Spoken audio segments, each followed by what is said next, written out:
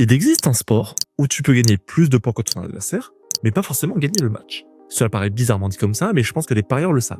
Il vous est déjà arrivé de voir les stats de ce match de ce sport, et quand tu vas dans le nombre de points gagnés, tu vois bien que celui qui a le plus de points n'est pas forcément le vainqueur. Du coup, cela te met encore plus la rage, donc conseil, ne commence jamais à parier, même pas en loisir. Et d'ailleurs, il y a une légende qui a parlé de ça lors d'une conférence en 2022. Et ce joueur, c'est Roger Federer. Roger Federer n'est pas un très grand joueur.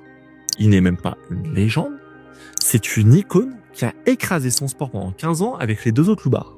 Et s'il a gagné 80% de ses matchs, il le dit lui-même, il a gagné 54% de ses points sur les 1582 matchs auxquels il a participé, soit au minimum sur 150 000 points. Et il rajoute même que les personnes qui sont un peu plus bas dans le classement ont tous un ratio autour de 50%. Du coup, ça nous amène à deux lectures différentes. La première est que vu la différence de points ATP et de prize money par tour, chaque point vaut en réalité des milliers voire des millions de dollars. La seconde est notre approche face à ces légendes.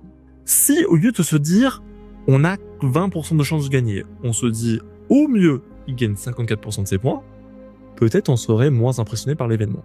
Et ça nous amène encore une fois à dire que le tennis de haut niveau est beaucoup plus un sport mental qu'un sport de technique.